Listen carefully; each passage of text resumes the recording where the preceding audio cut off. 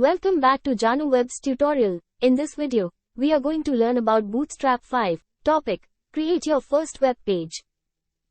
1. Add the HTML5 Doctype. Bootstrap 5 uses HTML elements and CSS properties that require the HTML5 Doctype. Always include the HTML5 Doctype at the beginning of the page, along with the lang attribute and the correct title and character set. This is the example.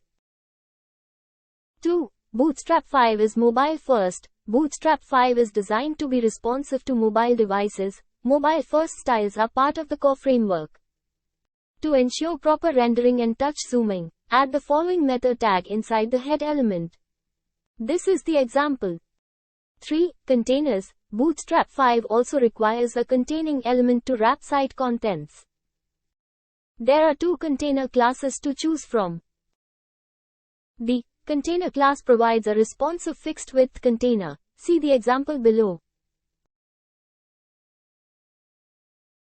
The container fluid class provides a full-width container, spanning the entire width of the viewport. See the example below. Thanks for watching this video. In the meantime, make sure to follow Jaanuwebs for regular updates. Join our community using the hashtag #Sabhojayega. Thank you.